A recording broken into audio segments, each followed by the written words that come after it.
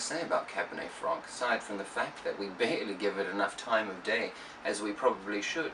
Why do I say this though?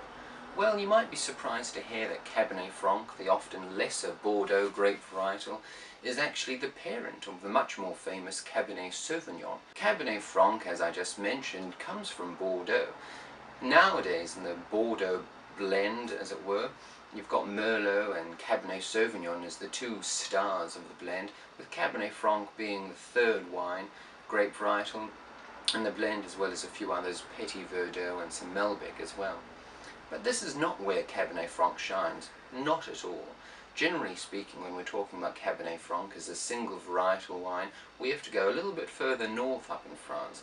And here we're talking about the Loire Valley, and this is going to be Chinon.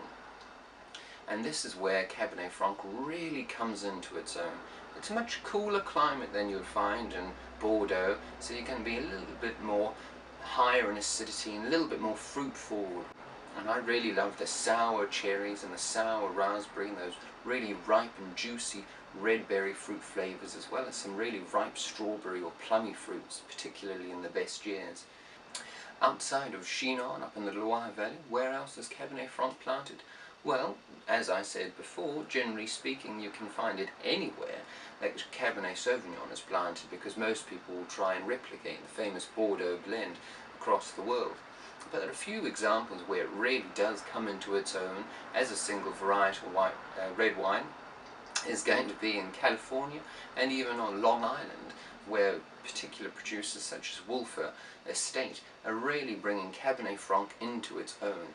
Here it's much more warmer climate, so you're going to be producing much more Merlot-esque wines, with a lot more plummier and plush on the palate, as well as much more riper black fruits and quite dark red fruits as well. So Cabernet Franc, I think it's time that you tried a single varietal Cabernet Franc today.